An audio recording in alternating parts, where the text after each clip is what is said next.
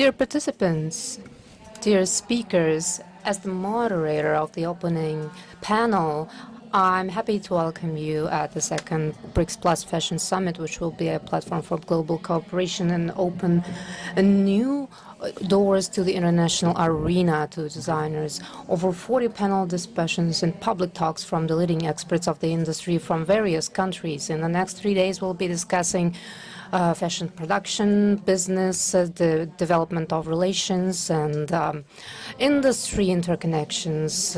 Last year at the BRICS Fashion Summit, young designers received a ticket to international market. They came back home with proposals of cooperation. And now I'd like to draw your attention to the screen, a welcome speech from Olga Lyubimova, Minister of Culture of the Russian Federation. Dear friends, I would like to welcome you at the second International BRICS Plus Fashion Summit.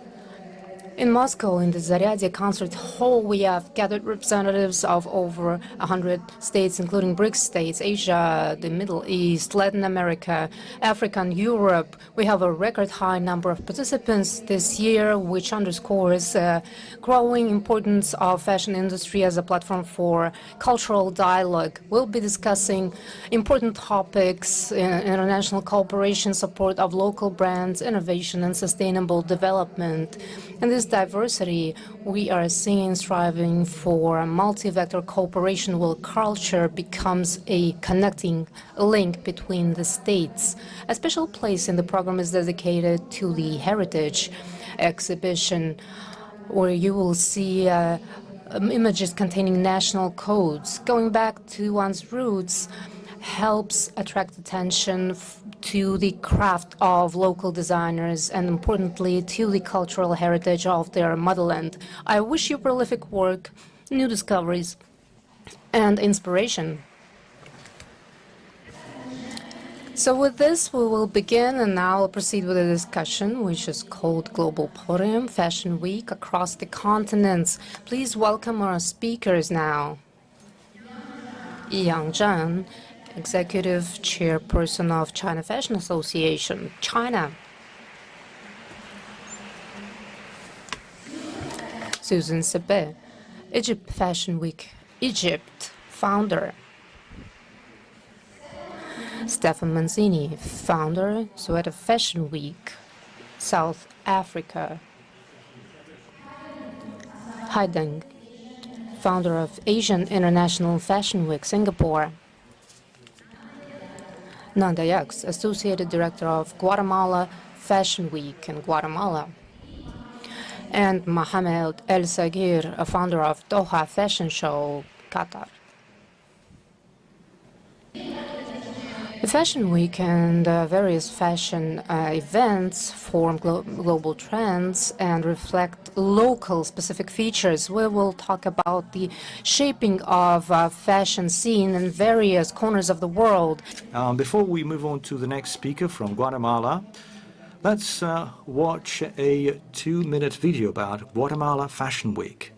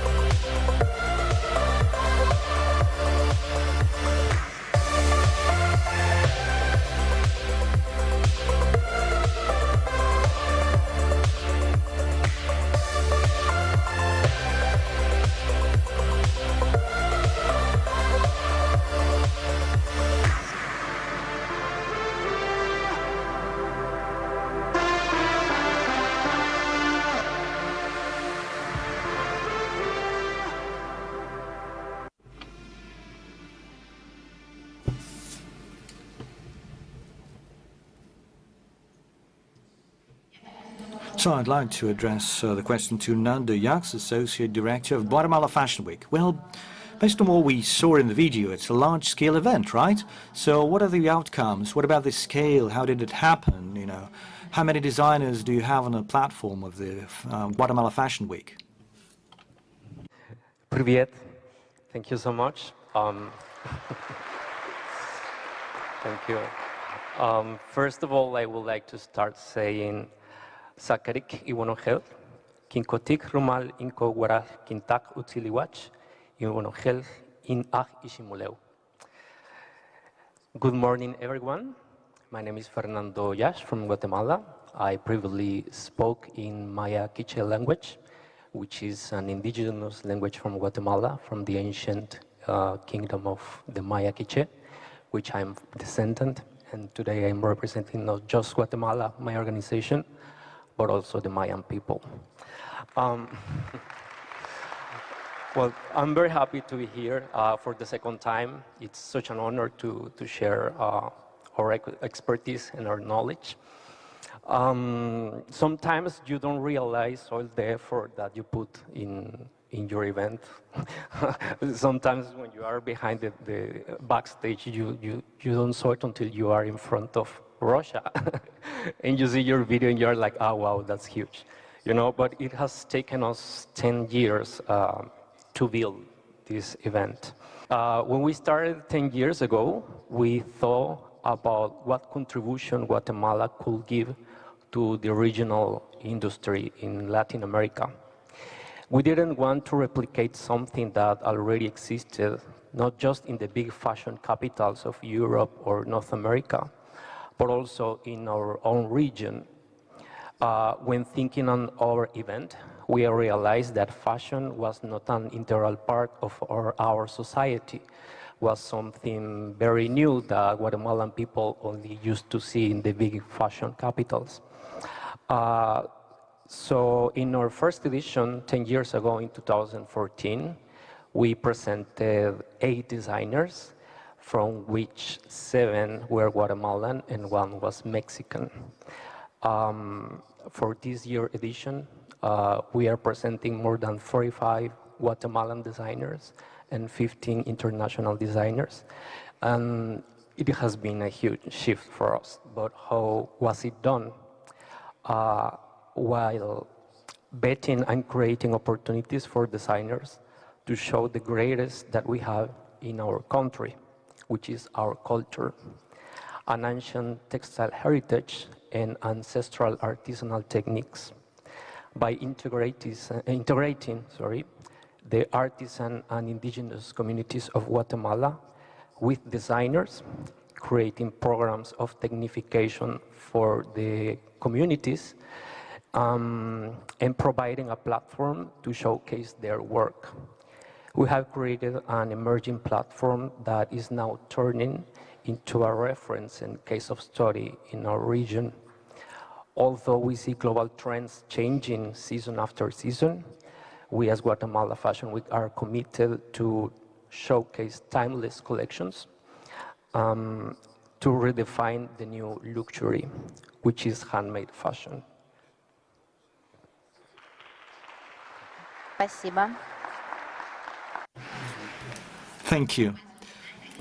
So how do you integrate your traditional handicrafts? How do you find this bridge between the traditions and new trends? What is the balance?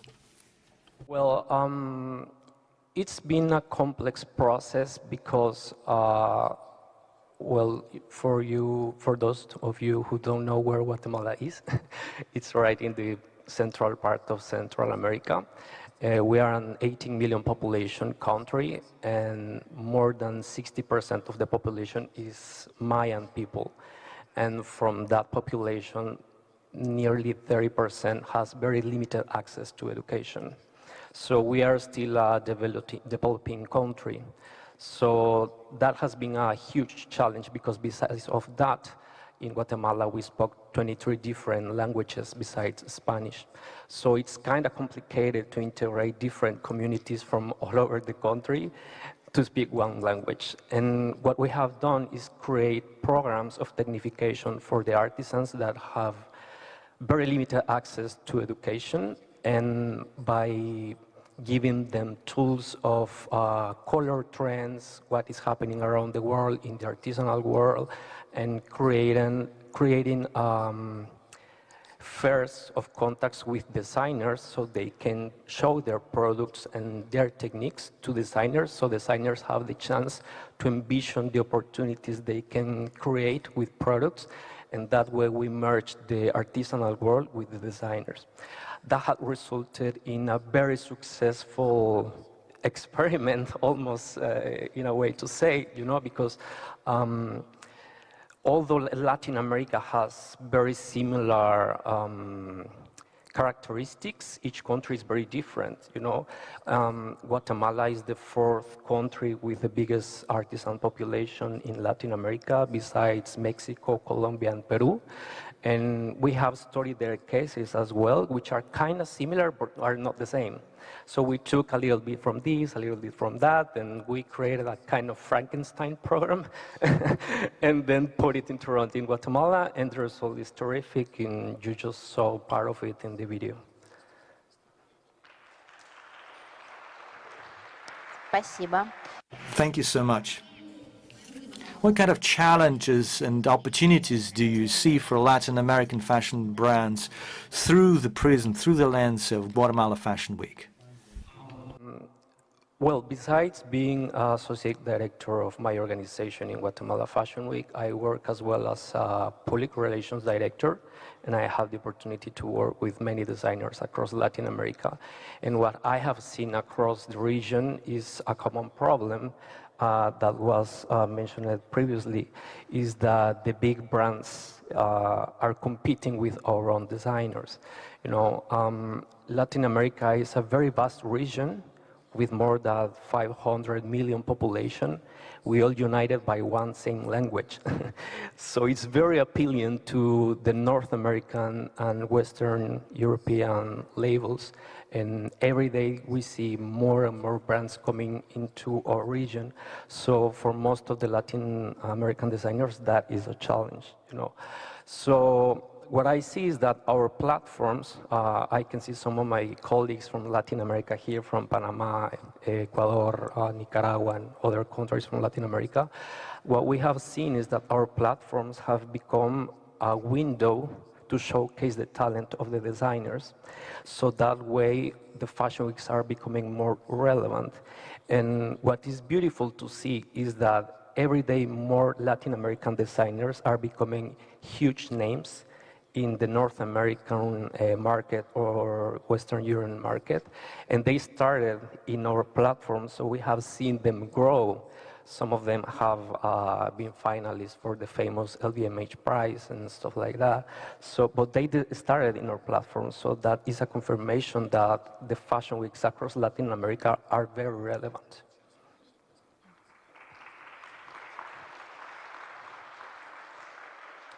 Как вы работаете с How do you work with young emerging designers? How do you support them?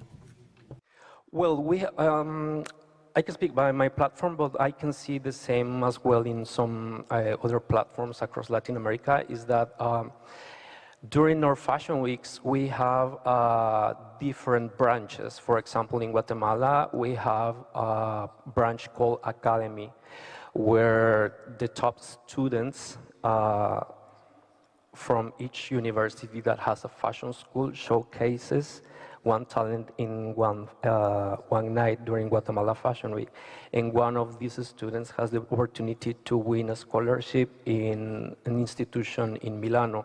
So that is very huge for them because they have the opportunity to keep learning, not just like presenting in a major fashion week, at least in Guatemala, but have the opportunity to keep their education abroad.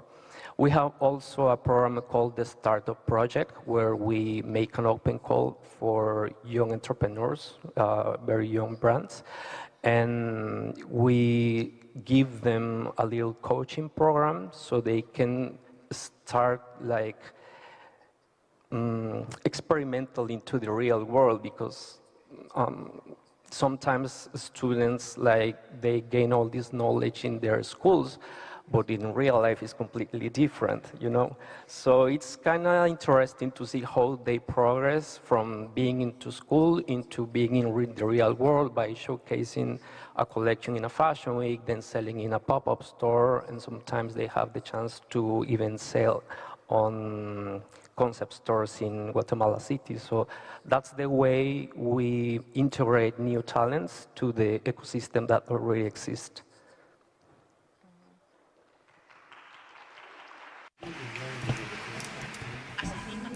What about consumers? Are local brands popular with local consumers? Are they more popular than big brands? Well, we wish it was that way, you know, but what is very interesting is that after the pandemic year, everybody became more conscious about being supportive with local. And at least in Guatemala, there are like too much social events every weekend. And what happens usually is that sometimes, mostly with the girls, they don't want repeat outfits. So designers have found a very special niche in that sector because many of these girls, they just make them dress with designers, so they have a unique piece for a party, a wedding, a cocktail, or whatever, you know. So that is very interesting. But also what I have seen is that not just in Guatemala, but across Latin America, is that our platforms have become relevant because although we are very alike across Latin America, we are very different on each country. And every one of us is very nationalist. We want to support our local designers. So most of the fashion weeks across Latin America happens not just the runways, but also pop-up stores where fashion designers can sell the collection that was just seen on runway right away in a pop-up store. So you have the immediate effect of, oh, I want that right now. So that way, designers gain new customers. They sometimes have the opportunity to, you know, regain the investment of producing a collection because sometimes it's very expensive. So that way, I believe that fashion weeks have like a very solid platform for designers to show because they see an opportunity to grow. Спасибо. Thank you so much. Thank you. To summarize our exciting discussion, I would like to ask each speakers about the key trends represented on their fashion weeks in their respective regions. So take turns to briefly summarize the main trends that you showcase. Key trends. Well, I don't like very much the word trend because that means that at some point it's going to end, to die. And most of the characteristic across Latin America is sustainable, but mostly artisanal. And artisanal has a lot of heritage, a lot of history behind. So that's not a trend, you know. So what I would like to say is like, what is redefining fashion right now across Latin America? And I believe it's sustainability, but mostly fashion with history. And I think that's a case that can be replicated across the globe, you know, because all of our countries have a lot of history behind us. And I believe that designers have a huge opportunity to take inspiration, not appropriation, as someone previously said here, to promote not just their culture, but also to give something more special to their brands, to their proposals.